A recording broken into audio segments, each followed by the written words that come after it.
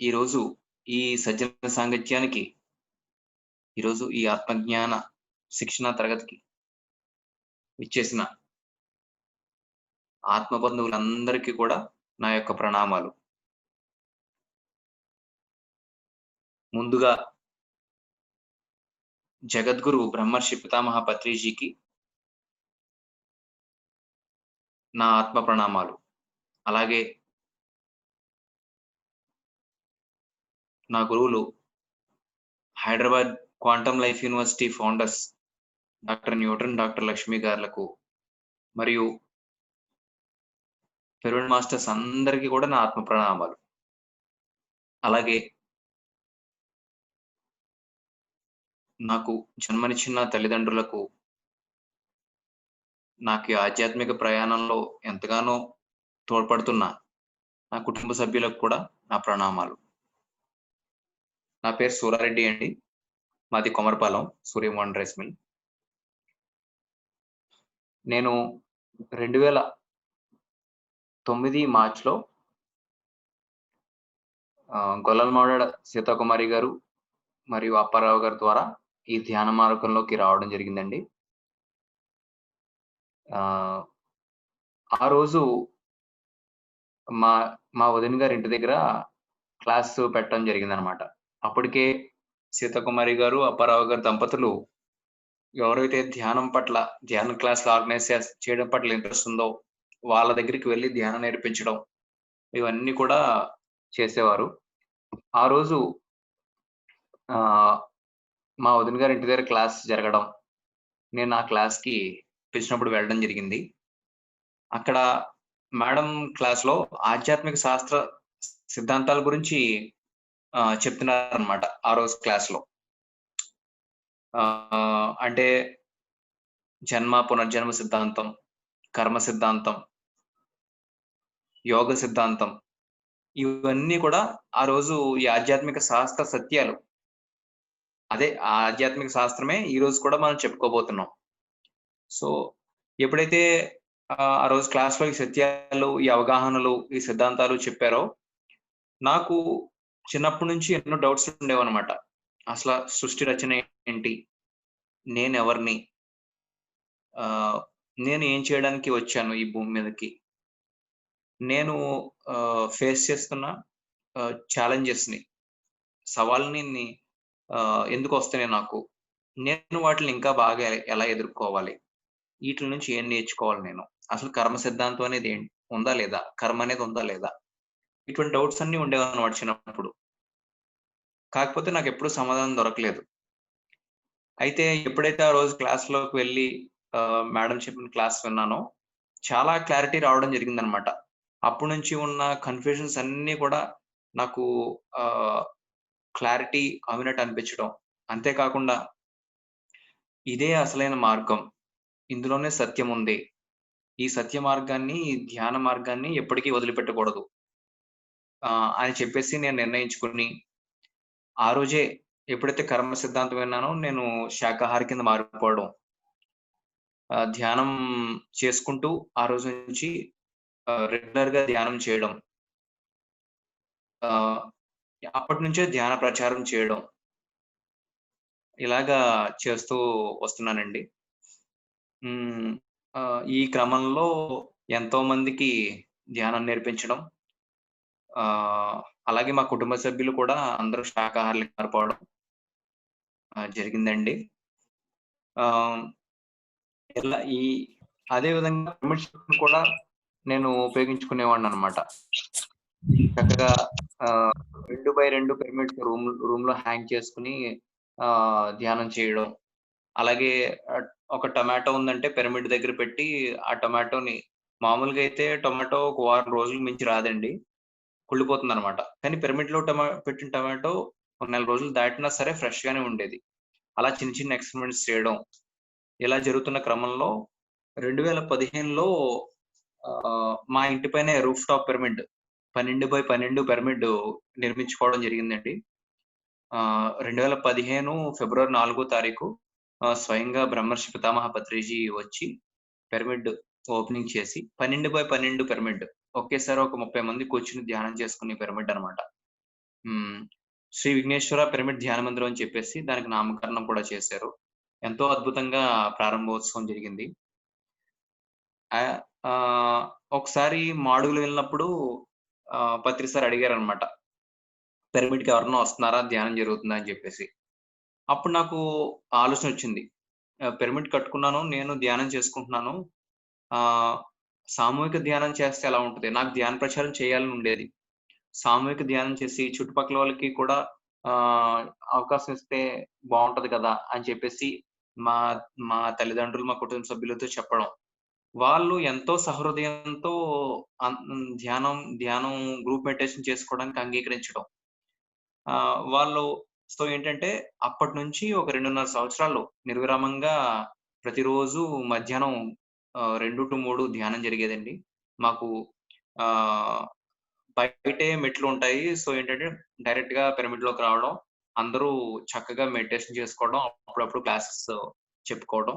ఒక 10 మంది, 15 మంది అలా రెగ్యులర్‌గా ధ్యానం చేసేవాళ్ళమండి. ఆహ్, ఆ చుట్టుపక్కల ఊర్లు పందలపాక, కొంకుదురు, రాయవరం, కుతుకులూరు నుంచి కొంతమంది ఫ్రెండ్సు వాళ్ళందరూ కూడా వచ్చేవారనమాట. వచ్చి ఆహ్, చక్కగా ధ్యానం చేసేవారు. సో, ఏంటంటే వచ్చిన వాళ్ళందరికీ నేను ఒకటే చెప్పేవాడిని. వాళ్ళు కొంతమంది అడిగేవారు. మాంసాహారం తినొచ్చా దీనికి? అంటే నేను ఒకటే చెప్పేవాడిని. మాంసాహారం అనేది మన శరీరానికే విరుద్ధం. శాకాహారం అనేది మానవ నిర్మితమైన మానవులు తీసుకోవాల్సిన ఆహారం. అయితే ఏంటంటే నేను చెప్పానను నేను చెప్పానని మానేయడం కాదు. మీరు కొన్ని రోజులు రెగ్యులర్‌గా ఒక 41 డేస్ ధ్యానం చేసి చూడండి. అప్పుడు మీకేమనిపిస్తే అది చేయండి అని చెప్పేవాడిననమాట. వాళ్ళు అదే విధంగా చేయడం చాలా మంది 95% వరకు కూడా ఒక చేసిన 10 రోజులకే కూడా వాళ్ళు మాంసాహారం మానేయటం. ఇలాగ ఎంతో మార్పులు రావడం మొదలైందనమాట మా పిరమిడ్‌లోకొచ్చి ధ్యానం చేసుకునే వాళ్ళకి. అందులో కొంతమంది రెగ్యులర్‌గా ధ్యానం చేసుకోవడానికి రావటం. అది జరిగేదండి. ఆహ్, ఈ పరంపరలో ఆ పందలపాక, కొంకుదురు ఊర్లలో కూడా వాళ్ళకి వాళ్ళు పబ్లిక్ పిరమిడ్‌లు కూడా కట్టుకున్నారిప్పుడు. కొంకుదురులో శ్రీ శివరామకృష్ణ పిరమిడ్ ధ్యాన మందిరం అని చెప్పేసి కట్టడం జరిగింది. అలాగే మైత్రేయ బుద్ధ పిరమిడ్ ధ్యాన మందిరం అని చెప్పేసి పందలపాకలో అలాగే రాయవరంలో ఒక పబ్లిక్ పిరమిడ్ కూడా కట్టుకోవడం జరిగింది. ఈ కరోనా ముందు వరకు కూడా రెగ్యులర్‌గా క్లాసెసు మెడిటేషను సో, ఇవన్నీ కూడా జరుగుతా ఉండేవన్నమాట. వాళ్ళందరూ ధ్యానం చేసుకుంటుంటే, వాళ్ళందరూ అనుభవాలు, వాళ్ళందరూ అంతా జీవితంలో ప్రోగ్రెస్ అవుతుంటే నాకు చాలా ఆనందం అనిపిస్తుంది. అందుకనేమో "పతిత పంచితే పెంచబడుతుంది" అని చెప్తా ఉంటారు. దానికి నేను ప్రత్యక్ష నిదర్శనం అన్నమాట. నేను గృహ చేస్తే అందరికి మంచిది కదా! అనే ఆలోచనతో ఇంటి పైన ఆహ్, ధ్యానం చేయడం అనేది ఇప్పుడు వాళ్ళ ఆనందం చూస్తుంటే నా సొంత ఆనందం కింద అనిపిస్తుందనమాట. అది నా అనుభవం అండి. హ్మ్. అలాగే ధ్యానంలో కూడా ఆహ్, చక్క చక్కటి అనుభవాలు రావటం. ఆహ్, అదే విధంగా పుస్తకాలు నేను ఇంగ్లీష్ పుస్తకాలు కూడా పత్రి సార్ ఏవైతే సజెస్ట్ చేసారో, ఆ పుస్తకాలన్నీ కూడా చదివేవాడినండి. ఎప్పుడైతే ఇలా ధ్యానం చేస్తూ, ధ్యాన ప్రచారం చేస్తూ, చక్కటి పుస్తకాలు చదువుతూ, సజ్జన సాంగత్యం చేస్తూ వచ్చానో, నా లైఫ్‌లో ఆహ్, రోజు రోజుకి క్లారిటీ అనేది రావడం స్టార్ట్ అయిందండి. అంటే ఏదైతే చిన్నప్పుడు అసలు దేని పట్ల క్లారిటీ లేకుండా ఉండేవాడినో ధ్యానానికి రాకముందు, ఇప్పుడు నా లైఫ్ పర్పస్ ఏంటో కూడా ఒక క్లారిటీ తో ఉన్నాననమాట. సో, ఆహ్, నేను అదే పరంపరగా క్వాంటమ్ లైఫ్ యూనివర్సిటీ ఆహ్, హైదరాబాద్ దగ్గరలో వికారాబాద్‌లో ఉన్న క్వాంటమ్ లైఫ్ యూనివర్సిటీకి వెళ్ళడం. అక్కడ ఆత్మ విజ్ఞాన శిక్షణా తరగతులు జరుగుతాయన్నమాట. సోల్ కోచ్ ట్రైనింగ్ ప్రోగ్రామ్ అని చెప్పేసి. ఇలా రకరకాల ట్రైనింగ్ ప్రోగ్రామ్స్ జరుగుతాయి. అవన్నీ అటెండ్ అవ్వడం. నాకు చిన్నప్పటి నుంచి ఉన్న ఏదైతే ఇబ్బందులున్నాయో, సమస్యలున్నాయో వాటిని నేను ఆ శిక్షణా తరగతిలో ఇంకా బాగా లోతుకి వెళ్లి నేను క్లియర్ చేసుకోవడం అది జరిగిందండి. సో, ఆహ్, ప్రస్తుతానికి ఇలా హాయిగా సాగుతుంది. హ్మ్. ఆహ్, అదే విధంగా ఇప్పుడు నేను మనకి తూర్పు గోదావరి, పశ్చిమ గోదావరి జిల్లా మాస్టర్‌ల ఆధ్వర్యంలో మనకి ఈ కోస్తాంధ్రప్రదేశ్‌లో మొట్టమొదటి మెగా పిరమిడ్ మరియు ప్రపంచంలోనే అతిపెద్ద పిరమిడ్‌లలో ఒకటైన శ్రీ వశిష్ఠ గౌతమి పిరమిడ్ ధ్యాన క్షేత్రానికి ట్రస్ట్ మెంబర్‌గా ఉన్నాను. ఆహ్, ఆహ్, ఏంటంటే ఆహ్, నేను ఆ ట్రస్ట్ మెంబర్ అయిన దగ్గర నుంచి కూడా ఎంతో నేర్చుకుంటున్నాననమాట. ప్రకృతి నాకిచ్చిన అవకాశం కింద భావిస్తూ, ఆ యొక్క గోదావరి నది ఒడ్డున ఉన్న ఆ యొక్క అద్భుతమైన మెగా పిరమిడ్ ఒకేసారి 6,000 మంది కూర్చొని ధ్యానం చేసుకునే పిరమిడ్‌కి పిరమిడ్‌కి పనిచేసే భాగ్యం రావడం ఎన్నో జన్మల అదృష్టంగా భావిస్తున్నాను. ఆహ్, సో, ఈరోజు మనం ఎంచుకున్న టాపిక్ ఆధ్యాత్మిక శాస్త్రం అన్నమాట. నేను ఎందుకు ఈ టాపిక్ నేను చెప్తున్నానంటే ఆధ్యాత్మిక శాస్త్రం మరియు సెకండ్ టాపిక్ ఏంటంటే నవవిధ ధర్మాలు. ఆహ్, నేను ఎందుకు ఈ టాపిక్ చెప్పాలనుకుంటున్నానంటే, ఆ టాపిక్ ఫస్ట్ విన్నప్పుడే నాలో క్లారిటీ అనేది అప్పటి వరకు ఉన్న చీకటి మీద ఒక వెలుగులాగా ప్రసరించింది. ఆ టాపిక్ విన్నప్పుడు. పత్రిసార్ కాన్సెప్ట్స్ అంటే నాకు చాలా చాలా ఇష్టం అన్నమాట. చాలా తక్కువ ఆహ్, చాలా చిన్ని కాన్సెప్ట్స్‌లోనే మనం సరిగ్గా అర్థం చేసుకోగలిగితే ఎంతో స సర్వం ఉంటుందన్నమాట సార్ కాన్సెప్ట్స్‌లో. హ్మ్. అందులో ఆధ్యాత్మిక శాస్త్రం ఒకటి. మనకి ఒక సూత్రం ఉంది. సత్యం వద, ధర్మం చెర అని చెప్పేసి. అంటే సత్యమే పలకాలి, ధర్మాన్నే ఆచరించాలి అని చెప్పేసి. ఈరోజు మనం ఈ యొక్క ఆధ్యాత్మిక సత్యాల గురించి మరియు ధర్మం గురించి తెలుసుకుందాం. ఆహ్, ఎందుకంటే మనం ఒకవేళ అందరూ ఇక్కడ ఉన్నవాళ్ళు విన్నా మళ్ళీ ఒకసారి మనం మననం చేసుకోవడం వల్ల మన జీవితంలో ఆచరించడానికి అవకాశం ఎక్కువ ఉంటదనమాట. ఎందుకంటే ఏదైతే మనం ఆహ్, ఎక్కువగా వింటూ ఉంటామో, ఎక్కువగా మనం మననం చేసుకుంటూ ఉంటామో, అదే మన జీవితంలో ఆచరిస్తాం. ఏదైతే ఆచరిస్తామో దానికి ఒకరోజు మనం సాక్షిగా అయిపోతామనమాట. అన్ ఆహ్, ఆహ్, ఈ జ్ఞానయోగంలో 4 స్టెప్స్ ఉంటాయండి మొత్తం. అదేంటంటే శ్రవణం, మననం, నిధిధ్యాసన, సాక్షాత్కారం. అంటే శ్రవణం అంటే ఇప్పుడు నేను చెప్తుంది మీరు ఎలాగైతే వింటున్నారో దాన్ని శ్రవణం అంటారనమాట. మననం అంటే ఏంటంటే విన్నది మనం మనం మన బుద్ధితోటి, మన శక్తితోటి, మన ఆలోచన విచక్షణతోటి మొత్తం అంతా కూడా బెరీజ్ చేసుకోవడం. ఆహ్, ఈ అబ్బాయి ఇలా చెప్పాడు. ఆ మాస్టర్ ఇలా చెప్పాడు.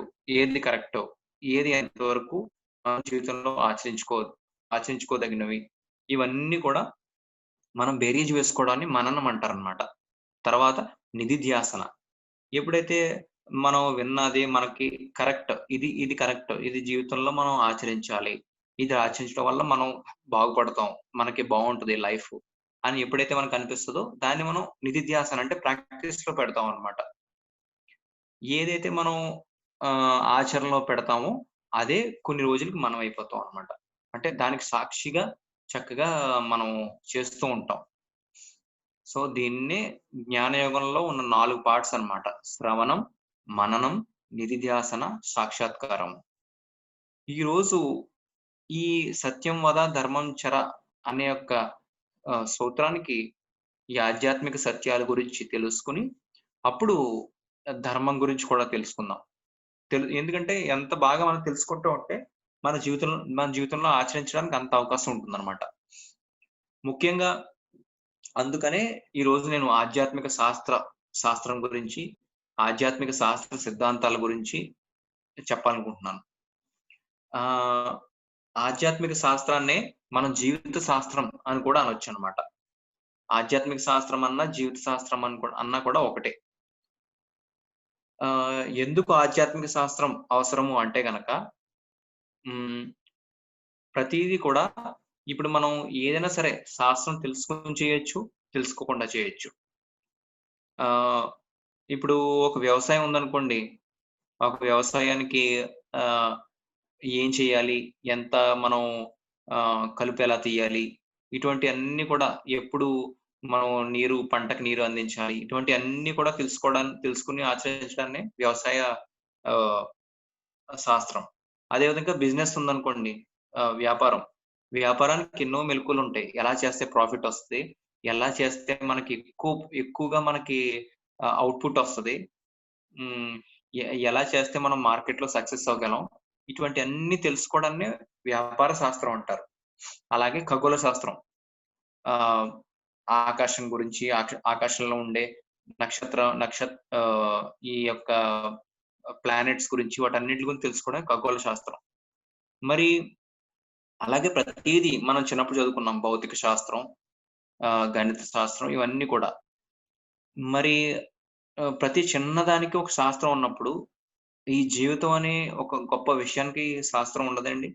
ఖచ్చితంగా ఉండే తీరుతుంది. ఆ శాస్త్రం యొక్క ముఖ్య సిద్ధాంతాలు మనం తెలుసుకున్నప్పుడే మన జీవితంలో క్లారిటీ అనేది వస్తదనమాట. నాకు కూడా అలాగే వచ్చింది. సో, ఈరోజు ఈ జీవిత శాస్త్రం లేదా ఆధ్యాత్మిక శాస్త్రం యొక్క 6 సిద్ధాంతాలు లేదా 6 సత్యాలు లేదా 6 అవగాహనలని తెలుసుకుందాం. ఎందుకంటే అవగాహనలు అన్నారు ఆధ్యాత్మిక సిద్ధాంతాలని. ఎందుకంటే మనకెంత అవగాహన పెరిగితే మన లైఫ్‌లో అంత క్లారిటీ వస్తదనమాట మన జీవితంలో. మన జీవితంలో ఎంత క్లారిటీ వస్తే అంత చక్కగా జీవించగలం. అందుకని చాలా ఇంపార్టెంట్ ఈ సబ్జెక్ట్.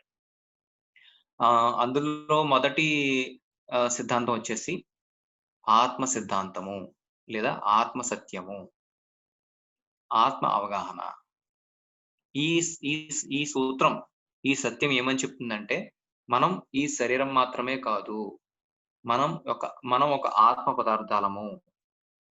మనం చైతన్యం, శక్తి మరియు జ్ఞానం యొక్క ముద్దలము అనేది ఈ సూత్రం చెప్తుందనమాట. మనం ఈ శరీరం మాత్రమే కాదు. మనం ఒక ఆత్మ స్వరూపులం అన్నమాట. అందుకే జ్ఞాన నవరత్నాల్లో కూడా ఆత్మే పరబ్రహ్మము, జీవుడే దేవుడు అని అన్నారు. అంటే ఇప్పుడు ఒక తల్లి ఒక బిడ్డ నుంచి వేరుపడి ఆహ్, ఎలా వస్తుందో అలాగే ఒక పూర్ణాత్మ నుంచి మనం కూడా ఒక ఆత్మ స్వరూపంలాగా జన్మ తీసుకుంటాం అన్నమాట. ఓకే. అంటే ఇప్పుడు ఒక రాయి తీసుకోండి. ఒక రాయి శిల్పం కాకముందు ఒక రాయి రూపంలో ఉంటుంది. అంటే ఒక కళ్ళు, ముక్కు అవేమీ లేని రాయనమాట. ఒక శిల్పి దాన్ని చెక్కుతూ ఉండగా కళ్ళు, ముక్కు, చేతులు అన్నీ వస్తాయి. అప్పుడు ఒక శిల్పం కింద తయారవుతుంది. దాని ముందు ఒక రాయే. అలాగే మనం ఈ శరీరాల్లోకి రాకముందు మనం ఒక శుద్ధ చైతన్యం. ఒక ఆత్మ స్వరూపులు అనమాట. కాబట్టి ఈ శరీర దారులం మాత్రమే మనం. ఈ శరీరం మనం కాదు. ఈ శరీరం మనకొక దేహం అన్నమాట. ఎలా అయితే నేను ఈ దేహానికి షర్ట్ ఇలాగ వేసుకున్నానో, అలాగా మన ఆత్మ ఈ శరీరాన్ని ధరిస్తుంది. అంతేగాని ఈ శరీరం మనం కాదు అనేది మొట్టమొదటి సత్యము లేదా అవగాహన. దాన్నే ఆత్మ సిద్ధాంతము అని అంటారు. ఓకే. హ్మ్. రెండవదేంటంటే జన్మ, పునర్జన్మ సిద్ధాంతము. అంటే ఆహ్, మనం ఆత్మగా ఉన్నప్పుడు ఈ భూమండలం మీద రావాలనుకున్నప్పుడు ఎన్నో జన్మలు తీసుకుంటాం. ఓకే అండి. ఎన్నో జన్మలు, ఎన్నో శరీరాలు. మొట్టమొదట్లో వృక్ష సామ్రాజ్యంలో, తర్వాత మొట్టమొదటి ఖనిజ సామ్రాజ్యం. అంటే ఆహ్, ఖనిజాలు. తర్వాత వృక్ష సామ్రాజ్యం. తర్వాత జంతు సామ్రాజ్యం. తర్వాత మానవ సామ్రాజ్యం. ఇలాగ జన్మ పరంపర అనేది సాగుతూ ఉంటదటండి. ఓకే. హ్మ్. అంటే రాయిగా, తర్వాత వృక్షాలుగా, తర్వాత జంతువులుగా, పెంపుడు జంతువులుగా ఇలాగ జన్మ పరంపర సాగుతూ ఉంటూ చివరికి మానవ జన్మకొస్తామంట. ఓకే. ఈ మానవ జన్మలో కూడా మనం ఎన్నో జన్మలు తీసుకుంటాం. ఒక ఆత్మ వచ్చేసి సగటున 400 జన్మలు తీసుకుంటదటండి. తన పూర్తి ప్రయాణం కంప్లీట్ చేయడానికి. ఇప్పుడు ఉదాహరణకు తీసుకుందాం అనుకోండి. మనకి ఆహ్, అవి ఆహ్, రామలింగారెడ్డి అనుకోండి. ఒక 1000 సినిమాలు చేసుంటాడు. అందులో ప్రతి సినిమాలోని కూడా ఏదో ఒక పాత్ర పోషిస్తాడనమాట. అలాగా మనం ప్రతి జన్మలోని కూడా వేర్వేరు శరీరాలతో, వేర్వేరు పాత్రలు పోషిస్తూ, వేర్వేరు సందర్భాల్లో వేర్వేరు పరిస్థితుల్ని అనుభవిస్తూ, జన్మలు తీసుకుంటూ ఉంటామంట. దాన్నే జన్మ, పునర్జన్మ సిద్ధాంతము అని అంటారు. ఈ జన్మలు తెలియాలంటే మనం ధ్యానం చేసే తీరాలి. ధ్యానం ద్వారా మాత్రమే ఈ దివ్యచక్షు ఉత్తేజితమైనప్పుడు మాత్రమే మనకి జన్మలనేవి తెలుస్తాయన్నమాట. ఓకే. హ్మ్. ప్రతి అది మనకి చెట్టు సామ్రాజ్యంలో గాని, అంటే వృక్ష సామ్రాజ్యంలో గాని, జంతు సామ్రాజ్యంలో గాని పరిస్థితులు పెద్దగా మార్పులుండవండి. మనం నేర్చుకునేవి ఒక పరిమితులతో ఉంటదనమాట. అదే మానవంలోకొచ్చిన తర్వాత మాత్రం మన ఎన్నో మ ఎన్నో పరిస్థితులు మన మనస్సు బట్టి పరిస్థితులన్నీ మారుతా ఉంటాయన్నమాట. ఆ పరిస్థితులు బట్టి కూడా మనం ఎన్నో నేర్చుకుంటూ ఉంటాం. ఆహ్, కష్టంగా ఉన్నప్పుడు, బాధగా ఉన్నప్పుడు, సుఖంగా ఉన్నప్పుడు, ఆహ్, ఆర్థికంగా బాగున్నప్పుడు, ఆర్థికంగా బాగాలేనప్పుడు ఇలా ఎన్నో పరిస్థితుల ద్వారా కూడా మనం నేర్చుకుంటాం అన్నమాట.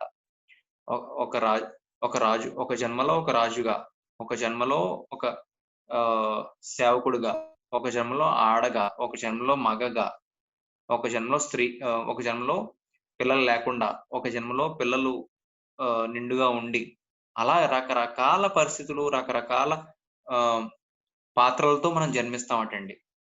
రకరకాల పరిస్థితులతో. ఇది జన్మ, పునర్జన్మ సిద్ధాంతం అనేది చెప్తుందనమాట.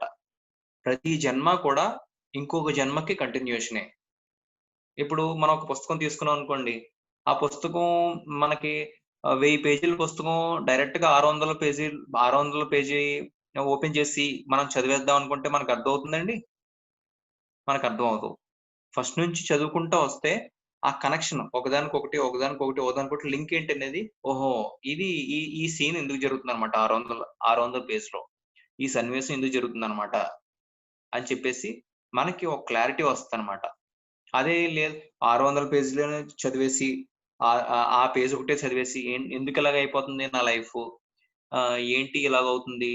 కారణం ఏంటి? నేనెవరికీ ఏ పాపము చేయలేదే. నేనెవరికీ నేనెవరిని ఏమి కష్టపెట్టలేదే.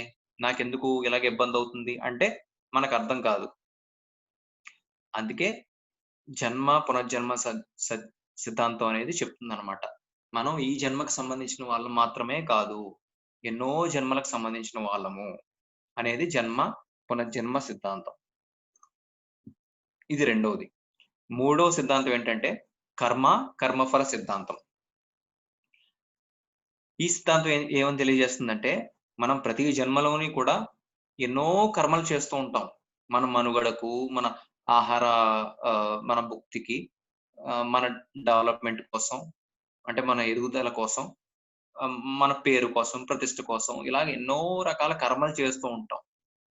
ముఖ్యంగా మానవుడి కింద జన్మ తీసుకున్న తర్వాత.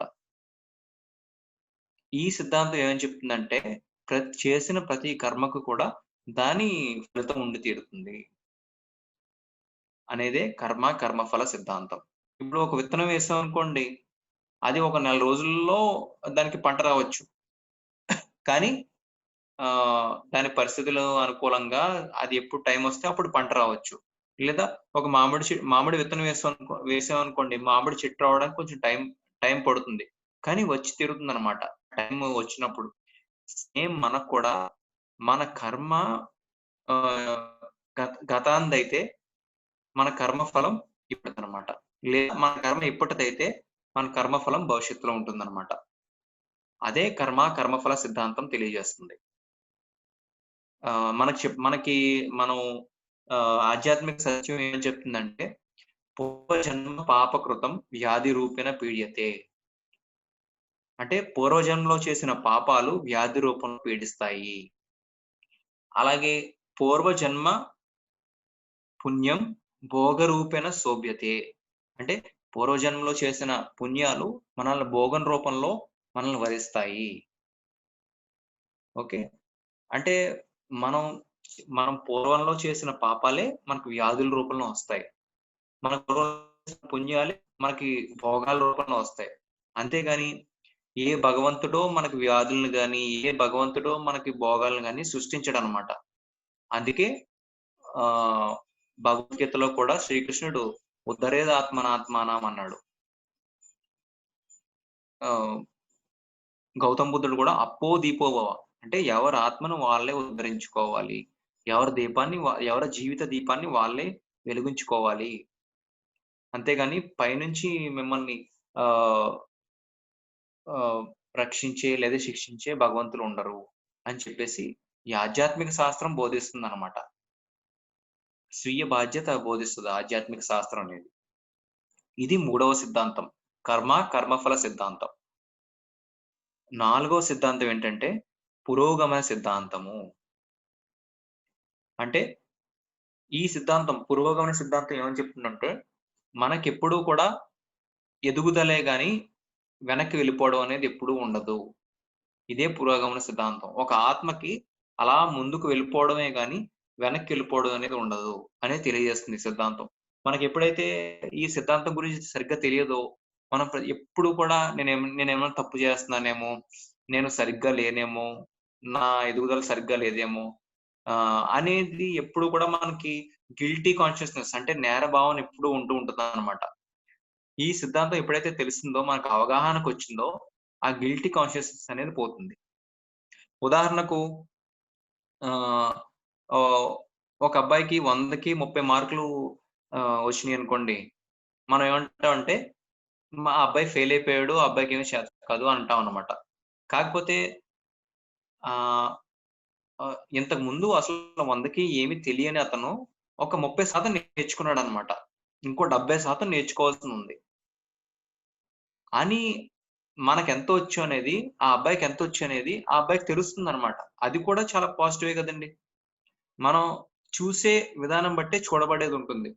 అదే మనం 100కి 30 మార్కులే వచ్చినియి వీడు వేస్ట్ ఫెలో అని చెప్పేసి అన్నామనుకోండి, ఆహ్, ని నిజంగా శూన్యం అయిపోతుందనమాట అతని జీవితం కూడా.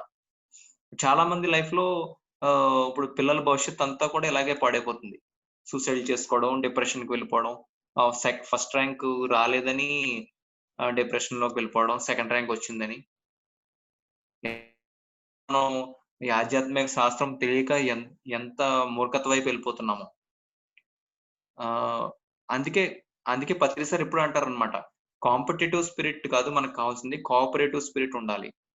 అంటే నాకొక్కడికే ఫస్ట్ ర్యాంక్ రావాలి. మిగతా వాళ్ళందరికీ సెకండ్ రావాలి అనేది రాంగ్ అనమాట. అది సరైన విధానం కాదు. సరైన దృక్పథం కాదు. నాకు 100కి 100 రావాలి. అందరికి 100కి 100 రావాలి. అందరూ బాగుండాలి. అందులో నేను కూడా ఒకడినై ఉండాలి. అనేదే సరైన కోఆపరేటివ్ స్పిరిట్. ఈ విధంగా ఈ కోఆపరేటివ్ స్పిరిట్ ఉండి ఆధ్యాత్మిక శాస్త్రం చిన్నప్పటి నుంచి స్కూల్స్‌లోని, కాలేజ్‌లోని చిన్నప్పటి నుంచి మన ఇళ్ళల్లోని మనం బోధించామనుకోండి. అసలు పిల్లలు ఎన్ ఎంత స్ట్రెస్‌కి లోనవ్వడం, ఇంత డిప్రెషన్‌కి వెళ్ళిపోవడం, సూసైడ్ చేసుకోవడం, ఆహ్, ఎ అని ఎమోషనల్ బ్యాలెన్సెస్ లేకుండా ఉండడం అనేది ఉంటుందండి? ఉండదు. ఈ ఆధ్యాత్మిక శాస్త్రం ఎప్పుడైతే తెలీదో ఎమోషనల్ బ్యాలెన్సెస్ కానీ, మెంటల్ బ్యాలెన్సెస్ కానీ సరిగ్గా ఉండవనమాట పిల్లలకి. సో, ఈ ఆధ్యాత్మిక శాస్త్రంలో నాలుగవ సిద్ధాంతం ఏమని చెప్తుందంటే, పురోగమన సిద్ధాంతము. అంటే మనకి జీవితంలో ఎప్పుడూ పురోగమనమే గాని, తిరోగమనం అనేది ఉండదు అనే చెప్తుందనమాట. ఉదాహరణకి ఇప్పుడు మనం ఒక రాజమండ్రి వెళ్తున్నాం. ఒక half an hour traffic jam అయిపోయిందనుకోండి. మనం ఏమనుకుంటామంటే, half an hour traffic jam అయిపోయింది. అంతా వేస్ట్ అయిపోయింది. ఈ అరగంట వేస్ట్ అయిపోయింది అనుకుంటాం. కానీ ఏమో మనకు తెలియకుండా ఆ చుట్టుపక్కల ఏదో మనకు భవిష్యత్తులో ఉపయోగపడేది మనం చూడొచ్చేమో. ఏదైనా హోర్డింగ్ ద్వారా ధ్యానం అంటే శ్వాస మీద ధ్యాస అని చూడొచ్చేమో.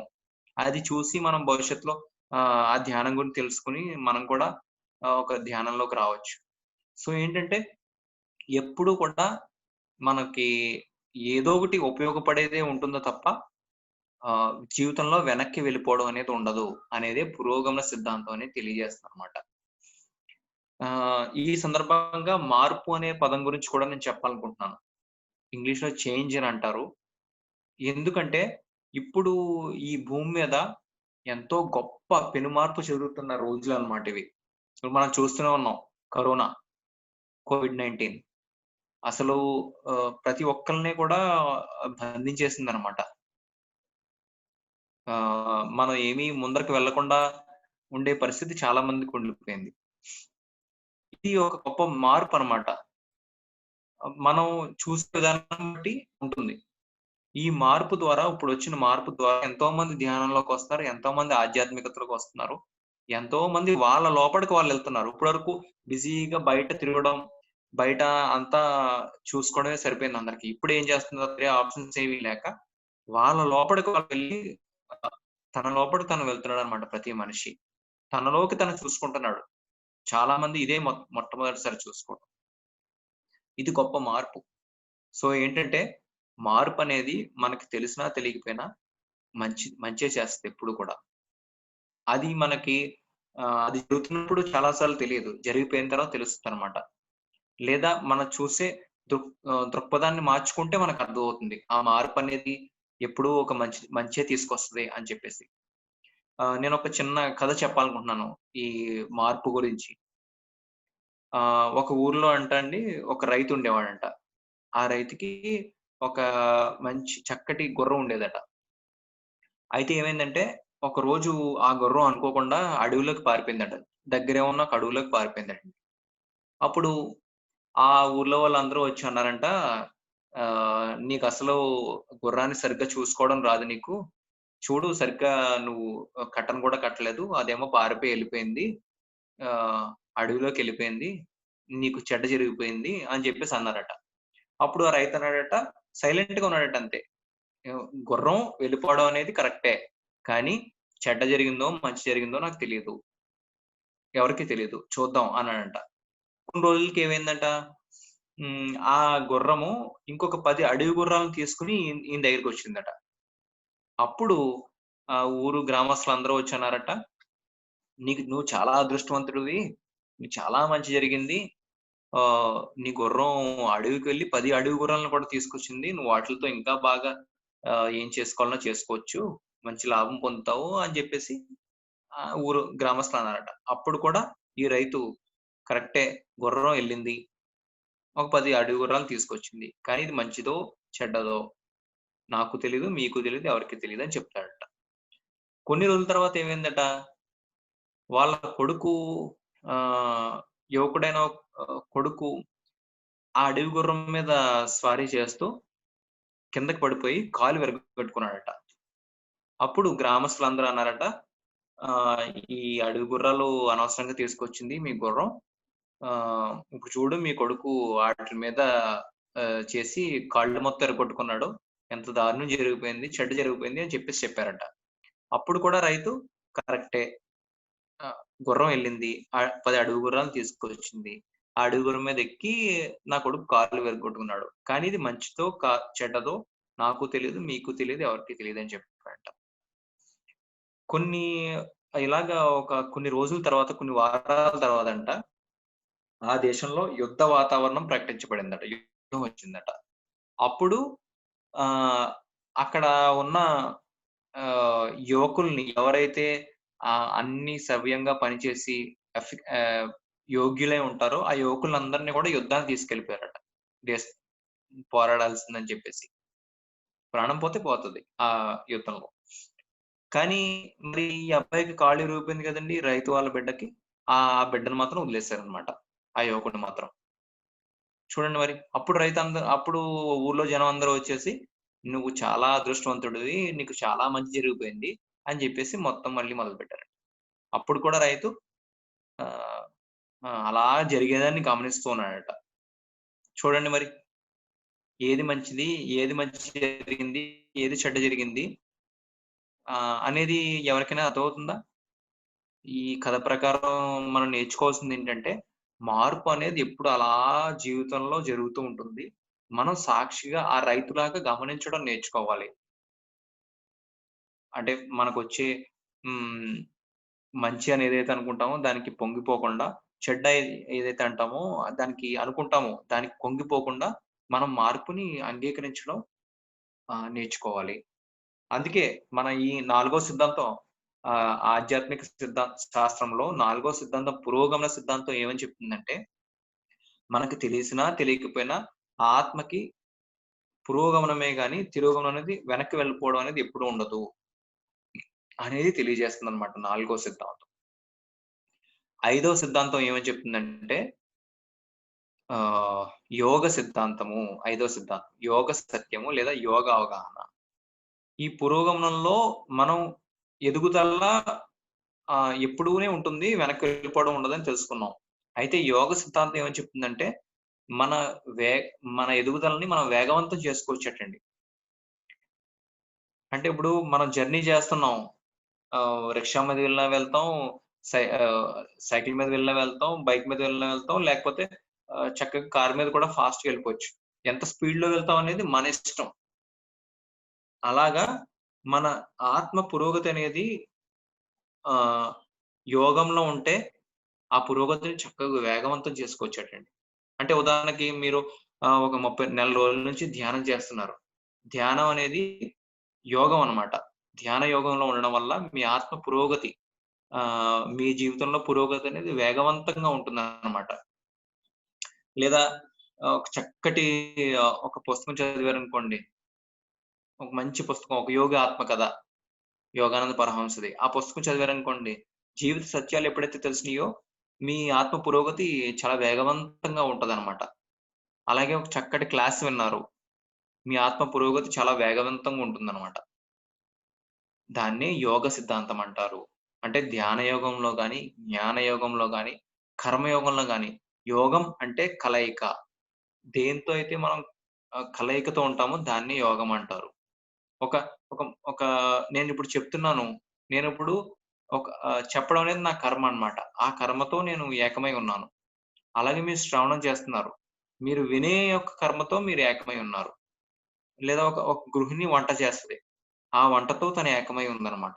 అలా యోగంలో ఉన్నప్పుడు ముఖ్యంగా ధ్యాన యోగము, జ్ఞాన యోగము, ఈ యోగంలో ఉన్నప్పుడు ఏంటంటే మన పురోగతి చాలా ఫాస్ట్‌గా ఉంటదటండి. కాబట్టే ఆహ్, శ్రీకృష్ణుడు భగవద్గీతలో అర్జునుడికి ఒకటే ఒకటి చెప్పాడు. "యోగివి కా అర్జున" అని చెప్పాడు. "యోగివైతే నీకీ సమస్యలవి ఉండవు. ఇంత దుఃఖం ఉండదు" అని చెప్పాడన్నమాట. శ్రీకృష్ణుడు భగవద్గీతలో. యాక్చువల్‌గా ఏంటంటే మనకి ఈ యోగంలోకొచ్చిన తర్వాతే ఈ ఆధ్యాత్మిక శాస్త్రాలు మిగతాదంతా కూడా అర్థమవుతుందన్నమాట. అంటే ఏంటి? నేను ఈ శరీరం మాత్రమే కాదు. నేను ఆత్మ స్వరూపుడిని. నేను శక్తి స్వరూపుడిని. నేను ఆహ్, చైతన్య స్వరూపుడిని అని ఈ ధ్యానంలోకొచ్చిన తర్వాతే అర్థమవుతుంది. అలాగే నాకు ఈ జన్మ మాత్రమే కాదు ఎన్నో జన్మలు ఉన్నవాళ్ళను. జన్మ, పునర్జన్మ సిద్ధాంతం అర్థమవుతుంది. అలాగే కర్మఫల సిద్ధాంతం. నేను చేసిన కర్మలే వాటిలి ఫలితాలు నేను అనుభవిస్తున్నాను. చెడైతే చెడు, మంచైతే మంచి. పాపాలేమో రోగాలుగా వస్తున్నాయి. పుణ్యాలేమో భోగాలుగా నా జీవితానికి నేనే బాధ్యుడిని. నా వాస్తవానికి నేనే సృష్టికర్తను. నన్ను నేనే రక్షించుకోవాలి అని చెప్పేసి అర్థమవుతుంది. అలాగే పురోగమన సిద్ధాంతం. ఎప్పుడు కూడా ముందుకు వెళ్ళిపోవడమే గాని వెనక్కి వెళ్ళిపోవడం అంటూ ఉండదు అనేది కూడా అర్థమవుతుంది. అయన్నీ ఎప్పుడు అర్థమవుతాయండి? మనం యోగంలోకొచ్చినప్పుడు, యోగ సిద్ధాంతం మనకు అవగాహన వచ్చినప్పుడు, అప్పుడే దీన్నే యోగ సిద్ధాంతము అంటారనమాట. యోగ సత్యము. ఆరో సత్యం ఏంటంటే అనేక సత్యము. దీన్ని ఆహ్, వర్ధమాన మహావీర్ ఆహ్, ఓహ్, ఒక గ్రాండ్ మాస్టర్ బయటికి ఎక్కువగా ప్రచురించేవారనమాట. అంటే ఈ అనేక సిద్ధాంతం మనకేమని చెప్తుందంటే ఆహ్, మనం ఎంత సమయాన్ని వృధా చేసుకోవచ్చంటే అనేకం. మనం ఎంత సమయాన్ని మనం సద్వినియోగపరుచుకోవచ్చు అంటే అనేకం. మనం ఎంత మందికి మంచి చేయొచ్చు అంటే అనేకం. ఎంతమందికి హాని చేయొచ్చంటే అనేకం. అంటే ఈ సిద్ధాంతం దేని గురించి చెప్తుందంటే, మన యొక్క ఫ్రీ విల్ అంటే స్వంత ఇచ్చ గురించి చెప్తుందనమాట. స్వ ఇచ్చ. అంటే మనకి ఒక మానవుడిగా ఏ ఏదైనా చేసే ఎంత ఎత్తుకైనా ఎదగొచ్చు. అలాగే ఆహ్, మన వే మన వేగవం మన పురోగమనాన్ని ఎంత వేగవంతమైనా చేసుకోవచ్చు. అలాగే ఎంత నెమ్మదిగైనా వెళ్ళొచ్చనమాట. ఇది మన సొంత ఇచ్చ మీదే ఆధారపడి ఉందని చెప్పి అనేక సిద్ధాంతం చెప్తుంది. ఓకే. ఇవి మిత్రులారా 6 ఆధ్యాత్మిక సిద్ధాంతాలు. 6 ఆధ్యాత్మిక శాస్త్ర సత్యాలు. వీటిలి గురించి మనం ఎప్పుడైతే మనం అవగాహన బాగా వస్తుందో మన బుద్ధి అనేది వికసిస్తదనమాట. ఇది మనం ఎప్పుడైతే చక్కగా మళ్ళీ మళ్ళీ వింటూ వీటి గురించి మననం చేసుకుంటూ వీటిని మన జీవితంలో ఆచరించామో మనలో అద్భుతమైన మార్పొస్తుంది. కాబట్టి ఇదే ఆధ్యాత్మిక శాస్త్ర సిద్ధాంతాలు. మొట్టమొదటిది ఆత్మ సిద్ధాంతము. రెండవది జన్మ, పునర్జన్మ సిద్ధాంతము. మూడవది కర్మఫల సిద్ధాంతం. నాలుగవది పురోగమన సిద్ధాంతము. ఐదవది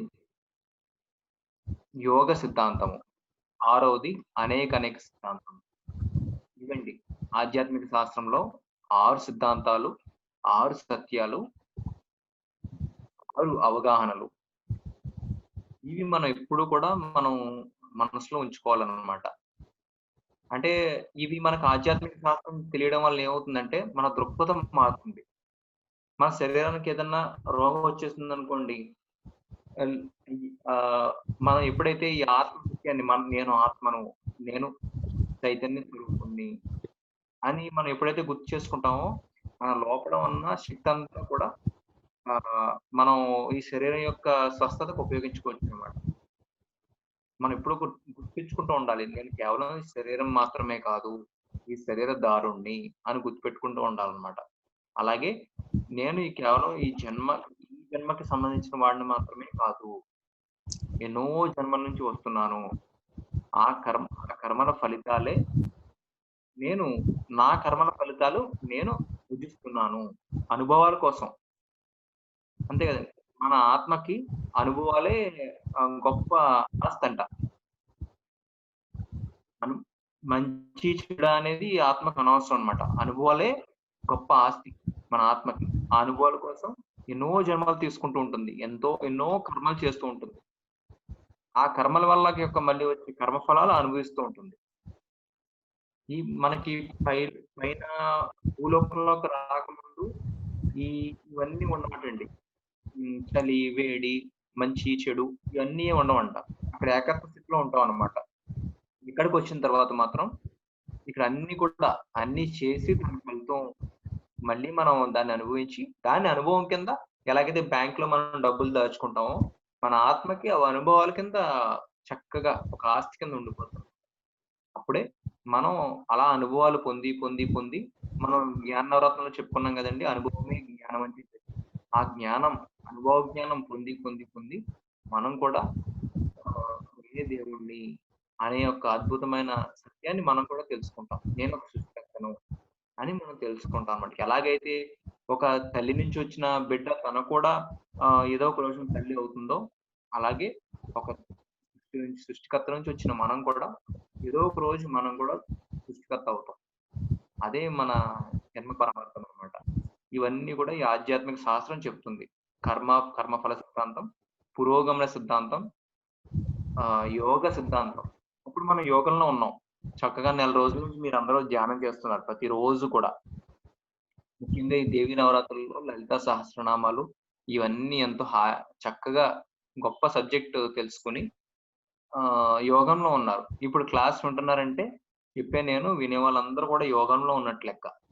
ఏదైనా ఒక చక్కటి పుస్తకం చదువుతున్నామంటే యోగంలో ఉన్నట్టు లెక్క. కర్మయోగము, ధ్యాన యోగము, జ్ఞాన యోగము, స్వాధ్యాయ యోగం ఇలా ఎన్నో యోగాలున్నాయన్నమాట. మన శరీరంతో ఏకమై ఉండడాన్ని హఠయోగం అంటారు. అంటే మనం యోగాసనాలు అవి చేస్తే. మన బుద్ధితో మనం ఏకమై ఉండడాన్ని స్వాధ్యాయ యోగము, బుద్ధి యోగం అంటారు. మన శ్వాసతో మనం ఏకమై ఉండడాన్ని ధ్యాన యోగం. అన్నిటికన్నా గొప్ప యోగం అన్నమాట ధ్యాన యోగం. అలాగే ఎన్నో రకాలైన యోగాలున్నాయి. మనం చేసే మంచి పనితో మనం ఏకమై ఉండడాన్ని కర్మయోగము అంటారు. ఇలా మనం ఏదైతే ఒక పనితో ఏకమై ఉండడం వల్ల మన పురోగతి అనేది చాలా అద్భుతంగా ఉంటుంది. దాన్నే కర్మయోగము అంటారు. యోగ సిద్ధాంతము అంటారు. అలాగే ఆరవది అనేక సిద్ధాంతము. మనం ఎంతైనా సరే పురోగతి సాధించొచ్చు. మన పురోగమనం అనేది ఎంతైనా వేగవంతం చేసుకోవచ్చు. అలాగే ఎంతైనా సరే మనం స్లోగా, నెమ్మదిగా కూడా వెళ్ళొచ్చు. మన సొంత ఇచ్చ మీదే ఆధారపడవచ్చు. ఇదే అనేక సిద్ధాంతం. ఓకే అండి. ఒక 5 నిమిషాలు మనం చక్కగా ఈ ఆధ్యాత్మిక శాస్త్రం గురించి మనం మననం చేసుకుంటూ ధ్యానం చేద్దాం. ఒక్క 5 నిమిషాలు వేరే టాపిక్‌లోకి వెళ్ళే ముందు ఒక్క 5 నిమిషాలు శ్వాస మీద ధ్యాస పెడదాం. మిత్రులారా, హాయిగా కూర్చోండి. ఇప్పటివరకు మనం చెప్ ఆహ్, చర్చించుకున్నదంతా కూడా మననం చేసుకోండి.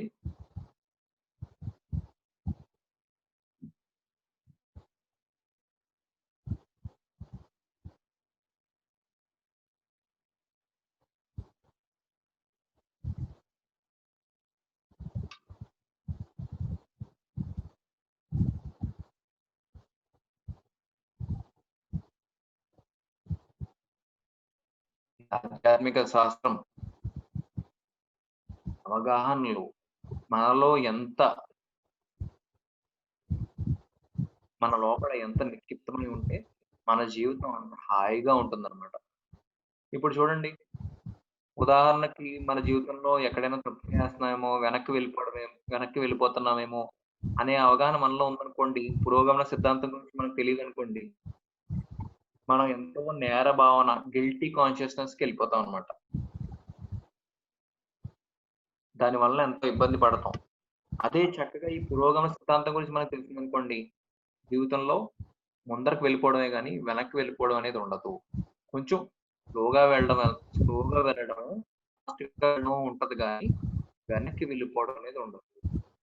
వాడో 10 అడుగులు ముందు వెళ్తున్నాడు. నేను ఒక 10 అడుగులు కొంచెం వెనక్కి వెళ్తున్నాను అనేది చూసుకోవాలి మనం ఎప్పుడు కూడా.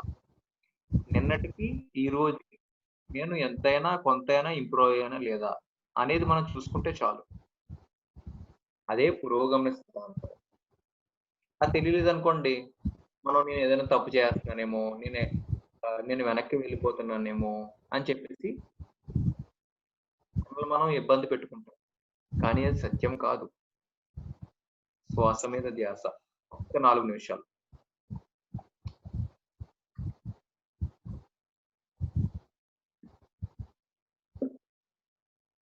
కూసంత ధ్యాన విద్య, కొండంత సంజీవిని విద్య అన్నారు.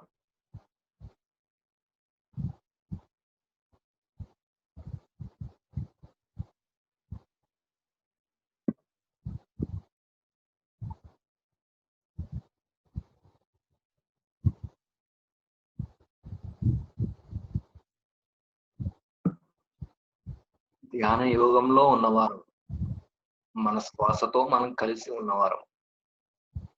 ఎందుకు మన శ్వాసతో మనం కలిసి ఉన్నాము? ఎందుకు అంత ముఖ్యమేమంటే గనక, మన శ్వాసే మన గురువు. మనం పుట్టినప్పటి నుంచి మనం చనిపోయే వరకు మన తోడు ఉండేది ఏంటంటే మన శ్వాసే. కాయపు టూపిరిలో గని ఉన్నది అన్నారు అన్నమాచార్యులు. ఊపిరిలో దేవుడున్నాడు యోగీంద్రులకు అని అన్నాడు యోగి వేమన. అంటే మన శ్వాసలో కేవలం ప్రాణవాయువే కాకుండా ప్రాణశక్తి కూడా ఉంటుందన్నమాట. అది కంటికి కనిపించదు. అది శ్వాస మీద ధ్యాస పెట్టినప్పుడే మనకు ఆ శక్తి లభ్యమవుతుంది.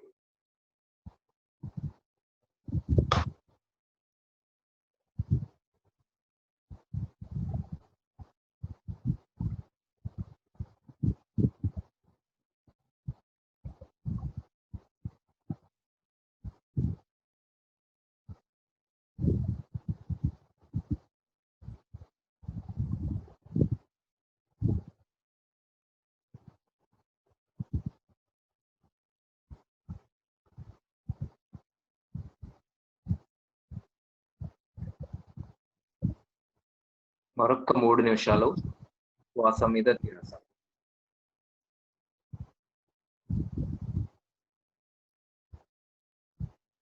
ఎవరూ కనికరవ్వద్దు.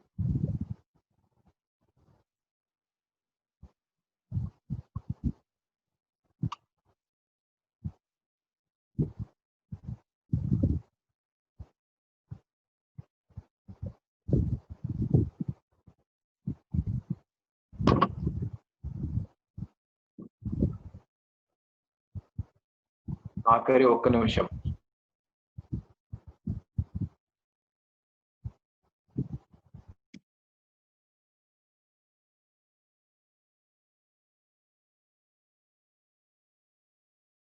రెండు, ఒకటి. నెమ్మదిగా 2 చేతులు 2 కళ్ళ మీద పెట్టుకుందాం.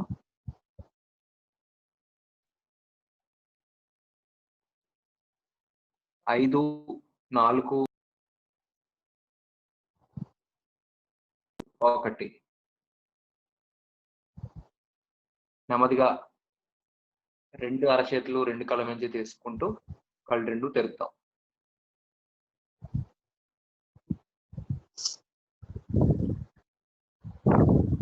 హాయిగా ధ్యానం చేద్దాం. మోటో G4 అది అన్మ్యూట్ చేసుకోండి.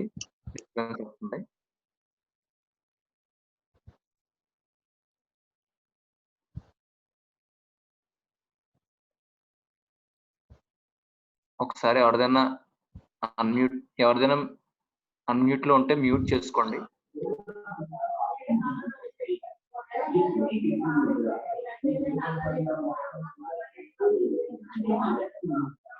సాహితి, నేను చేశాను అన్నయ్య, మ్యూట్ చేశాను. మ్యూట్ చేసా. ఓకే సరే. ఓకే ఫ్రెండ్స్, మనం ఇందాక చెప్పాం కదా, ఆధ్యాత్మిక సత్యాల గురించి ఇప్పటివరకు తెలుసుకున్నాం. ఇప్పుడు రెండో అతి ముఖ్యమైన టాపిక్ అయిన ధర్మం గురించి తెలుసుకుందాం. ధర్మం నిజానికి ఈ ధర్మం అనేది ఎంత సూక్ష్మమైన పదమో అంత గొప్ప పదం అన్నమాట. మనకి ధర్మం అంటే ఏంటి అంటే గనక,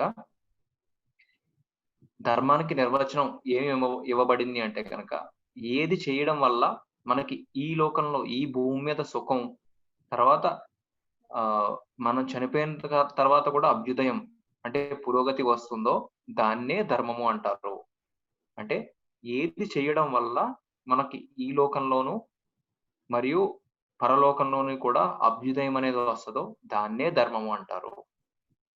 కాబట్టి ధర్మం అనేది తెలుసుకోవడం, ఆ ధర్మాన్ని ఆచరించడం ఎంతో ముఖ్యం అన్నమాట. ఇప్పుడు చూడండి, మనం ఒక భిక్షగాడి దగ్గరికి వెళ్తాం. ఏమంటాడు? అయ్యా కొంచెం ధర్మం చేయండి అంటాడు అనమాట. అంటే మనకి ఆ ధర్మం అనే పదంలో ఎంత ఉందో చూడండి. మనకంటే మన ధర్మం మనకి ఏమనిపిస్తుందో అది చెయ్యాలి. కరెక్టే. అంటే కొంతమంది ఏమంటారు, కొంతమంది ధర్మం ఏమనిపిస్తుందంటే అతనికి డబ్బులు వేయాలి అనిపిస్తుంది. కొంతమందికి ఏమనిపిస్తుందంటే తను వేస్తే చెడిపోతాడు అని అనిపిస్తుంది అనమాట. అంటే ధర్మం అనేది వాళ్ళ బట్టి ఆధారపడి ఉంటుంది అక్కడ ఆ విషయంలో. అయితే జనరల్ గా ధర్మం అంటే ఇందాక చెప్పాను కదండి, ఏది మనకు ఆచరించడం వల్ల మనకు పురోగతి వస్తుందో దాన్నే ధర్మం అంటారు. భగవద్గీతలో కూడా శ్రీకృష్ణుడు అర్జునుడు ఎప్పుడైతే గాంధీవం వదిలిపెట్టేశాడో అప్పుడు చెప్పాడనమాట, నీ ధర్మాన్ని నువ్వు చెయ్యి, నీకేవి అనిపిస్తుందో యదా ఇచ్చేసి తదా కురు. అంటే నీకు ఏది అనిపిస్తుందో అది చెయ్యి. ఇలా చేయడం వల్ల ఎలాగవుతుంది, ఇలా చేయడం వల్ల ఎలాగవుతుందని నేను ఇలా చేస్తే ఎలాగవుతుందని, ఇలా చేస్తే ఎలాగవుతుందని నేను దాని పర్యవసనాలు చెప్తా.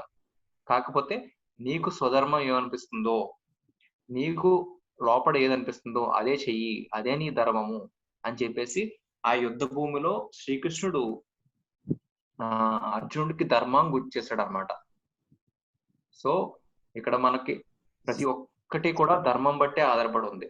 గౌతమ బుద్ధుడు కూడా ధమ్మపదం అని ఉంటది.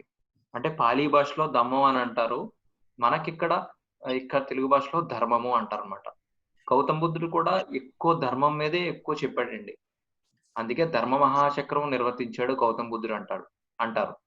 అంత గొప్ప గ్రాండ్ మాస్టర్ కూడా ధర్మం మీదే దృష్టి పెట్టాడంటే చూడండి ధర్మం అనేది ఎంత ముఖ్యమైనదో. ఓకే, ఎన్నో ధర్మాలు అనేవి కోకొల్లలుగా ఉన్నాయన్నమాట. అంటే సాధారణంగా మనకి దేహ ధర్మం అని, మన స్వధర్మం అని, మన కుటుంబ ధర్మం అని, మన సంఘ ధర్మం అని, ఇలా ఎన్నో రకాల ధర్మాలు ఉన్నాయి మిత్రులారా. అయితే ఈ రోజు నేను నవవిధ ధర్మాలని చెప్పేసి పత్రి సార్ వైజాగ్ ధ్యాన మహాచక్రంలో చెప్పడం జరిగింది. 9 ధర్మాల గురించి. వాటిలి గురించి క్లుప్తంగా నేను చెప్పాలనుకుంటున్నాను. ఎందుకు వీటిలి గురించి చెప్పుకోవాలంటే గనక, మనకి ఎప్పటినుంచో విన్నదే. ధర్మో రక్షతి రక్షితః. అధర్మో భక్షతి భక్షితః. అంటే మనం చేసిన ధర్మమే తిరిగి మనల్ని రక్షిస్తుంది. మనం చేసిన అధర్మమే తిరిగి మనల్ని భక్షిస్తుంది. ఈ టైంలో, ఈ కరోనా టైంలో ఈ సత్యాలను తెలుసుకోవడం, ఈ ధర్మాన్ని తెలుసుకోవడం అనేది ఇంకా ఎంతైనా సముచితం అన్నమాట. ఎందుకంటే తెర వెనక భాగవతం మనకు తెలియలేదనుకోండి, ఎందుకొచ్చిందో, ఏంటి నాకీ సమస్య ఎందుకొచ్చిందో, ఈ వీళ్ళకి ఎందుకు ఇలాగయిందో, వీళ్ళకి ఇలాగ ఎందుకయింది అనేది మనకి అవగాహన రాదనమాట. అదే మనకి ఆధ్యాత్మిక శాస్త్రం అనేది ఎప్పుడైతే తెలుసుకుంటామో, ఏమని చెప్తుంది ఆధ్యాత్మిక శాస్త్రం? కారణం లేకుండా ఏ కార్యము జరగదు. ప్రతి దానికి కూడా కారణం ఉంటుంది. ఏది కూడా అన్యాయం అనేది ఇప్పుడు ఎక్కడా ఉండదు అనేది తెలియజేస్తుంది. ఇందాక చెప్పాం కదా, యోగ సిద్ధాంతంలో మనం మన పురోగమనాన్ని ఎంతైనా వేగవంతం చేసుకోవచ్చని చెప్పుకున్నాం కదండీ! ఆ వేగవంతం చేసుకునే అద్భుతమైన మార్గమే ఈ ధర్మాన్ని పాటించడం అన్నమాట. అందుకే ధర్మో రక్షతి రక్షితః. మనం చేసిన ధర్మం ఖచ్చితంగా తిరిగి మనల్నే రక్షిస్తుంది అని చెప్తుంది ధర్మం. అయితే 9 ధర్మాలు మనం ఇప్పుడు తెలుసుకుందాం. మొట్టమొదటి ధర్మం ఏంటంటే ధ్యాన ధర్మము. అంటే మనకు చూడండి, మనకెన్నో ఎత్తైన కొండలుంటాయి ప్రపంచవ్యాప్తంగా. కానీ అన్నిటికన్నా ఎత్తైన కొండంటే మనం ఏ పేరు చెప్తామండి? మౌంట్ ఎవరెస్ట్ అని చెప్తాం. అంతే కదండీ!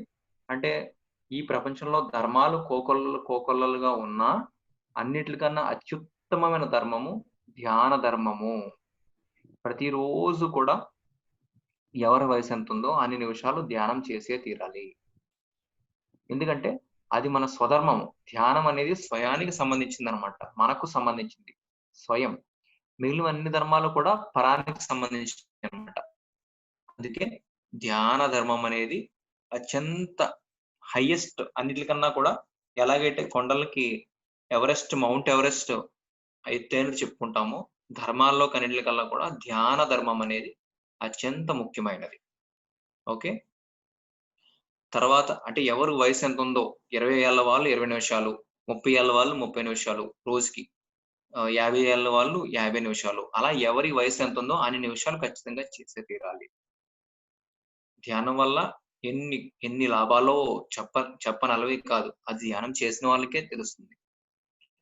ప్రతిరోజు కనీసం ధ్యానం చేయాలి అనేది ధ్యాన ధర్మం అనేది చెప్తుందన్నమాట. ఆ చేసిన ధ్యానము తిరిగి మళ్ళీ మనల్నే రక్షిస్తుంది. ఆ ధ్యాన శక్తి తిరిగి మళ్ళీ మనల్నే రక్షిస్తుంది. ఇప్పుడు చూడండి, డాక్టర్స్ గాని ఎవరైనా సరే ఇంతమంది సైంటిస్టులు ఉన్నా, ఎంత అడ్వాన్స్డ్‌గా ఉన్నా వ్యాక్సిన్ కోసం ప్రయత్నిస్తున్నారు. కానీ రోగానికి కారణం మనం చేసిన అధర్మం. ఆ అధర్మానికి కారణం మనకున్న అజ్ఞానం. అలాగ మనం వ్రేళ్ళు సరిచేసుకోవాలి గానీ, వ్యాక్సిన్ ఏదో కనిపెట్టేస్తే ఏదో సాల్వ్ అయిపోతుంది అనేది అది 100కి 100% కరెక్ట్ కాదనమాట. దానివల్ల ఉపయోగం ఉంటుంది. కానీ ఆధ్యాత్మిక శాస్త్రంతోనే మనం వ్రేళ్ళను లేదా మూలాన్ని సరిచేయగలం. ఇప్పుడు ఒక చెట్టు ఉందనుకోండి, ఆ చెట్టు వ్రేళ్ళను సరిచేసినప్పుడే లేదా వ్రేళ్ళకి నీళ్లు పోసినప్పుడే ఆ చెట్టు మంచి ఫలాలిస్తుంది. అదే వేళ్ళకి నీళ్లు వేయకుండా, వ్రేళ్ళ లోపలికి నీళ్లు వేయకుండా, మనం పైన ఆకులకి ఏదన్నా మనం చేసామనుకోండి, దానికేమైనా ఫలితం ఉంటుందా? ఉండదు. అదే వ్రేళ్ళని సరి చేసుకోవాలంటే ఆధ్యాత్మిక శాస్త్రంలోకి అడుగు పెట్టాలి. ఆధ్యాత్మిక శాస్త్రంలో ముఖ్యమైన ధర్మము ధ్యాన ధర్మము. రెండవదేంటంటే అహింసా ధర్మము. అంటే మనకి చిన్నప్పటి నుంచి వింటూనే ఉన్నాం. అహింస పరమో ధర్మః. అంటే అన్ని ధర్మాలలో పరధర్మాల్లోకి అన్నిటికన్నా కూడా అహింస అన్నది అత్యుత్తమైన ధర్మం అన్నమాట. ఫస్ట్ ధ్యానం అయితే, రెండోది అహింస. అంటే ఎవరిని కూడా శారీరకంగా తోటి మనిషిని గాని, తోటి జీవిని గాని శారీరకంగా హింసించకూడదు. ఒక జీవిని హింసించే హక్కు మనకి లేదు. ప్రాణం పోసే హక్కు లేనప్పుడు ప్రాణం పోసే శక్తి లేనప్పుడు ప్రాణం తీసే హక్కు కూడా మనకి లేదు. అదే అహింసా ధర్మం తెలియజేస్తుందన్నమాట. ఆ అహింసా ధర్మం పాటించలేదనుకోండి, మనం మనకన్నా చిన్న జీవుల పట్ల హింస ఉంటే మనం హింసించబడతాం. హింసిస్తే హింసించబడతాం. అదే కర్మ సిద్ధాంతం. అందుకే అహింసా ధర్మము చెప్పారు. మూడోదేంటంటే మిత్ర ధర్మము. అందరితోటి కూడా మిత్రత్వం చెయ్యాలి. ఇప్పుడు ఉదాహరణకు మనకి పురాణాల్లోనే చూసుకుందాం.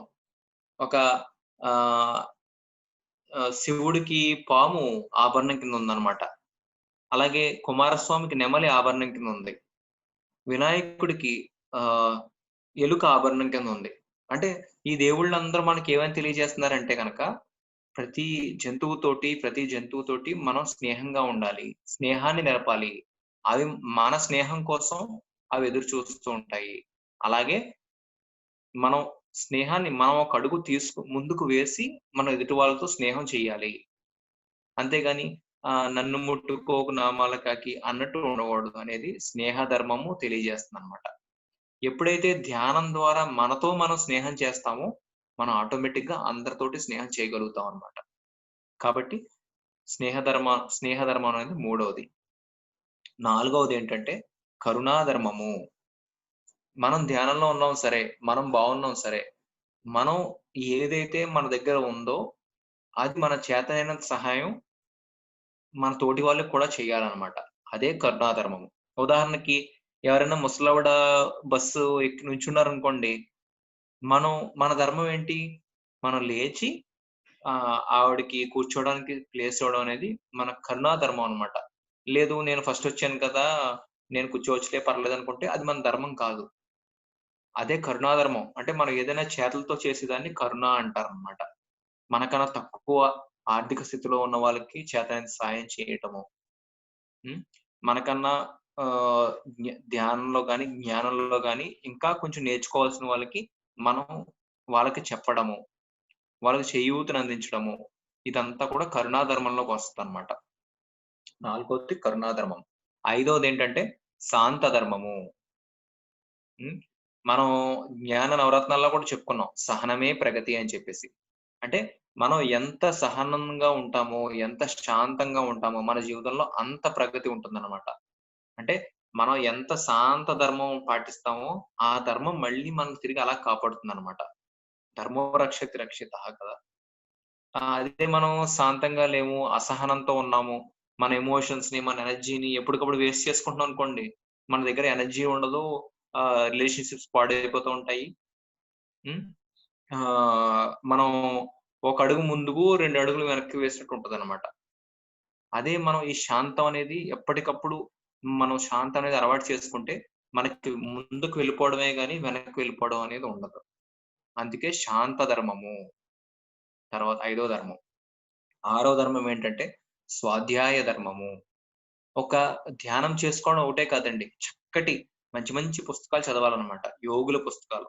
వాళ్ళ జీవితంలో వాళ్ళు అనుభవంతో సంపాదించిన జ్ఞానాన్నంతా పుస్తకంలో పెట్టినప్పుడు అవి ఉత్కృష్టమైన గ్రంథాలవుతాయి.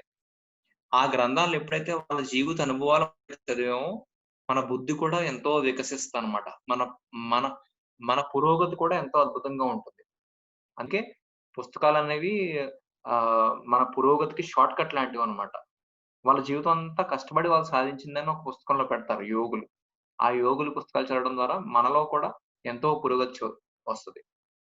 నా లైఫ్‌లో కూడా నేను పుస్తకాల ద్వారా నా లైఫ్ గురించి, జీవితం గురించి ధ్యానం చేసి ఎంత తెలుసుకున్నానో, పుస్తకాలు చదవడం ద్వారా కూడా నా జీవిత పరిస్థితులు గాని, నా జీవిత లక్ష్యం గాని, ఏ సిట్యుయేషన్ ఎందుకొస్తుంది?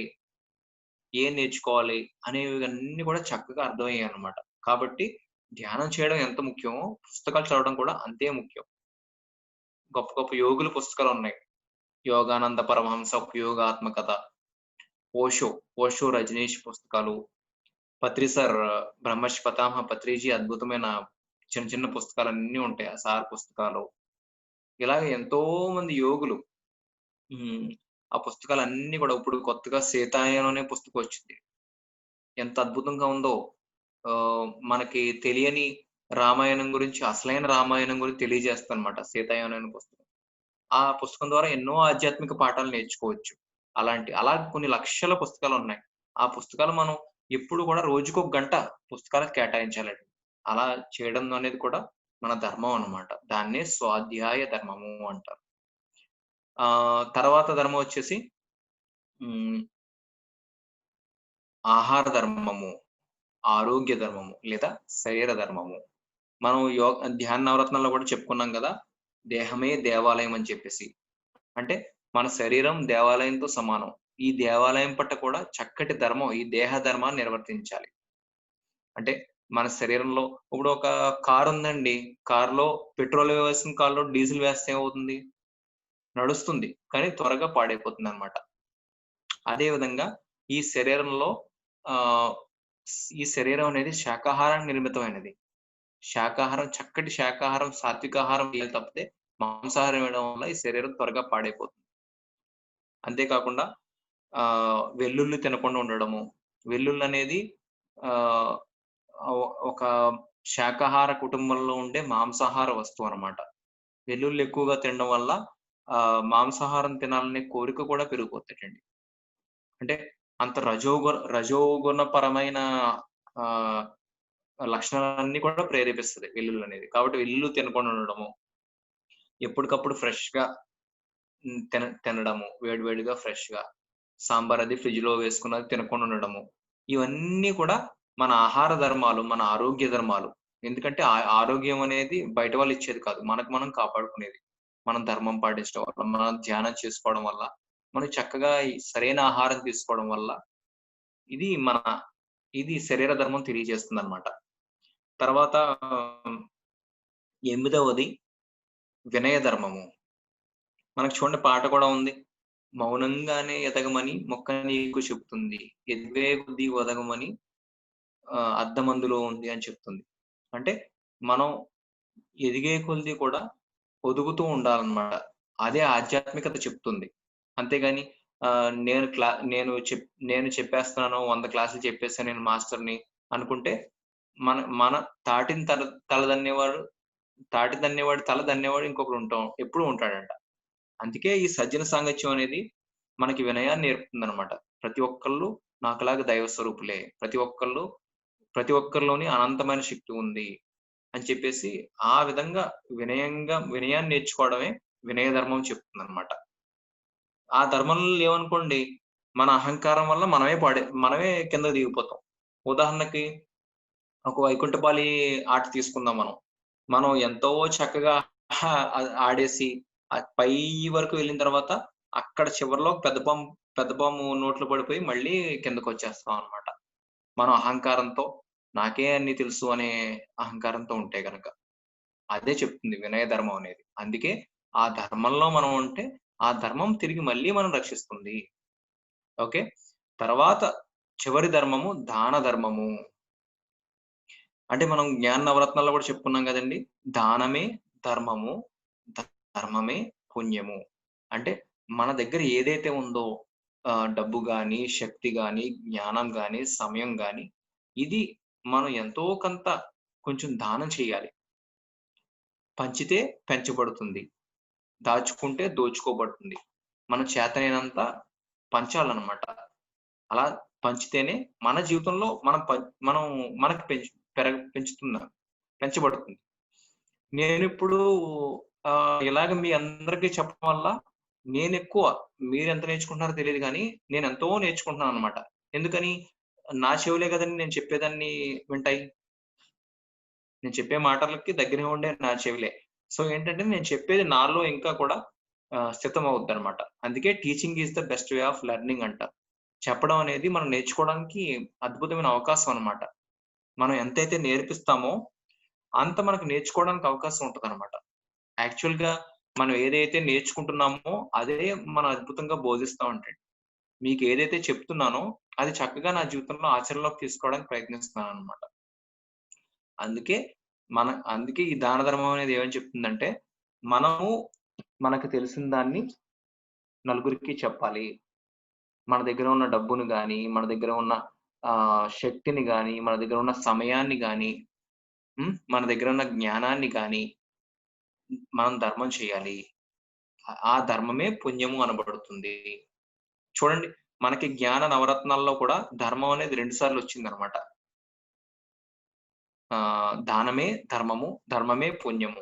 అంత ఇంపార్టెంట్ వర్డ్ ధర్మం అనేది. Okay friends. ఇవి 9 ధర్మాలనమాట. ధ్యాన ధర్మము, అహింసా ధర్మము, స్నేహ ధర్మము, కరుణా ధర్మము, స్వాధ్యాయ ధర్మము, శాంత ధర్మము, ఆరోగ్య ధర్మము, వినయ ధర్మము, దాన ధర్మము. ఇవి 9 ధర్మాలు. ఓకేనండి. ఒక్కసారి అందరూ కూడా ఒక 5 నిమిషాలు చివరిగా 5 మినిట్స్ మెడిటేషన్‌లో కూర్చొని ఈరోజు క్లాస్ ఎండ్ చేద్దాం. చక్కగా ఈరోజు నేర్చుకున్న ఆధ్యాత్మిక శాస్త్రాన్ని మరియు నవవిధ ధర్మాలని మననం చేసుకుంటూ మనల్ని మనం ఇంకొంచెం ఉన్నతీకరించుకుందాం. హాయిగా కూర్చున్నాం. ఎంత భాగ్యమో! ఇంత గొప్ప పర్వదినాన చక్కగా అందరూ కలిసి అసలైన విజయదశమి చేసుకునే పద్ధతి ఇదే. జ్ఞానాన్ని పంచుకోవడం, ధ్యానం చేసుకోవటం, జ్ఞానాన్ని స్వీకరించడం. ఇదే అసలైన విజయదశమి చేసుకునే విధానం. మనలో ఉన్న శక్తిని పెంచుకోవడం ద్వారానే మనం కూడా ఎంతో చక్కగా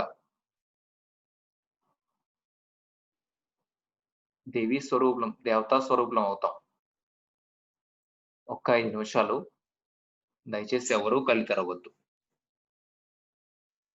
ఈరోజు మనం ఆధ్యాత్మిక శాస్త్ర సత్యాలు, ఆధ్యాత్మిక శాస్త్రం గురించి, ఆధ్యాత్మిక శాస్త్రంలోని 6 సత్యాలు లేదా 6 అవగాహనలు గురించి తెలుసుకున్నాం. ఆత్మ సత్యము, ఆత్మ సిద్ధాంతము మొదటిది. రెండవది జన్మ పునర్జన్మ సిద్ధాంతము. మూడవది కర్మఫల సిద్ధాంతము. నాలుగవది పురోగమన సిద్ధాంతము. ఐదవది యోగ సిద్ధాంతము. ఆరవది అనేక సిద్ధాంతం. ఇవన్నీ కూడా ఆధ్యాత్మిక శాస్త్రంలోని 6 సత్యాలు, 6 అవగాహనలు, 6 సిద్ధాంతాలన్నమాట. ఇంతే కాకుండా నవవిధ ధర్మాలు. మనకు సత్యం వద ధర్మం చర అని అన్నారు. అంటే సత్యాన్నే పలకాలి, ధర్మాన్ని ఆచరించాలి. ధర్మాన్ని ఆచరించడం వల్ల మన ఇప్పుడు ఈ జన్మలోనూ ఎంతో పురోగతి, మన ఈ శరీరాన్ని మనకి వదిలేసినప్పుడు కూడా ఎంతో అభ్యుదయం వస్తుందన్నమాట. దాన్నే ధర్మము అంటారు. ఎప్పుడైనా సరే పురోగతే ధర్మాన్ని ఆచరిస్తే. ఆ ధర్మం గురించి మనకి జ్ఞాన నవరత్నాల్లో కూడా ధర్మము 2 సార్లు వచ్చింది. ధనమే ధర్మము, ధర్మమే పుణ్యము. అంత గొప్ప పదం అన్నమాట ధర్మం అనేది.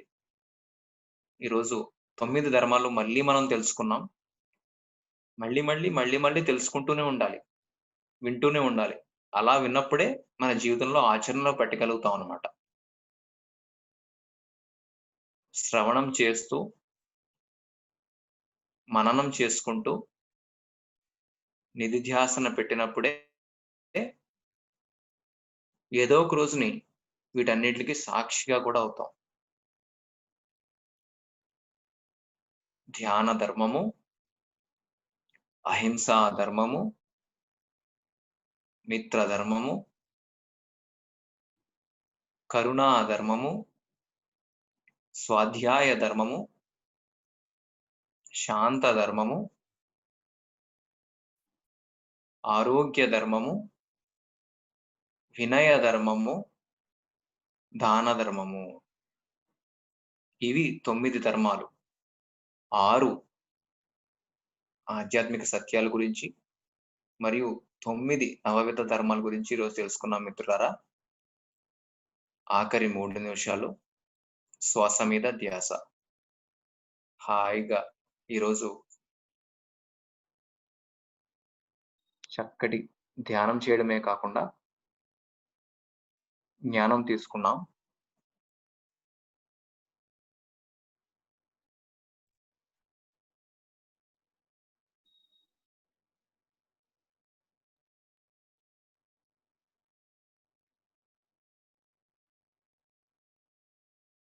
ధ్యానం ద్వారా మనకి ఎంతో శక్తి వస్తుందన్నమాట.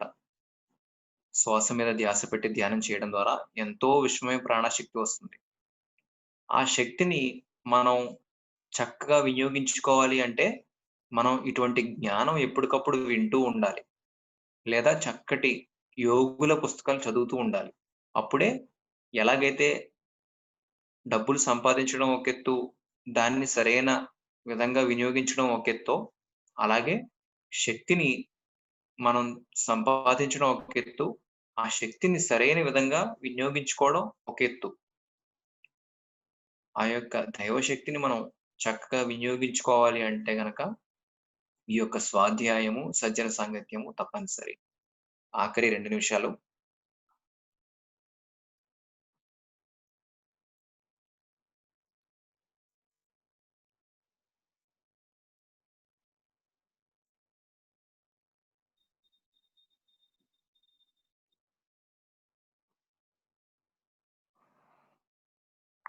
ఒక్క నిమిషము.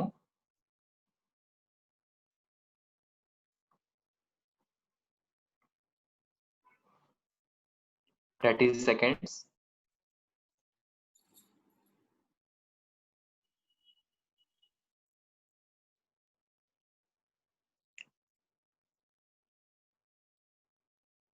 Ten seconds.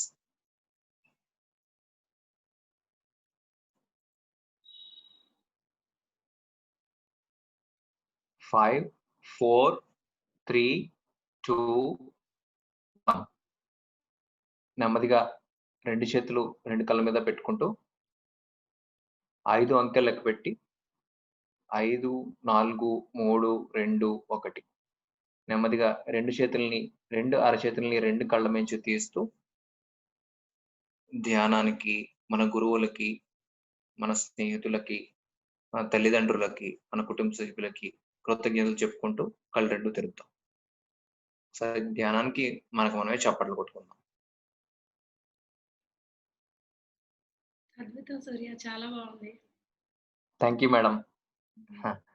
మరి ఇంత అద్భుతంగా మనకి ఈరోజు ధ్యానాన్ని ప్లస్ ఆత్మజ్ఞానాన్ని అందించిన తన అనుభవ జ్ఞానంతో కూడి నవవిధ ధర్మాల గురించి అన్నీ ఎంతో చక్కగా వివరించారు సూరారెడ్డి గారు. మనందరం కూడా హృదయపూర్వకంగా ధన్యవాదాలు తెలియచేద్దామండి. Thank you Surya, thank you, చాలా బాగుంది.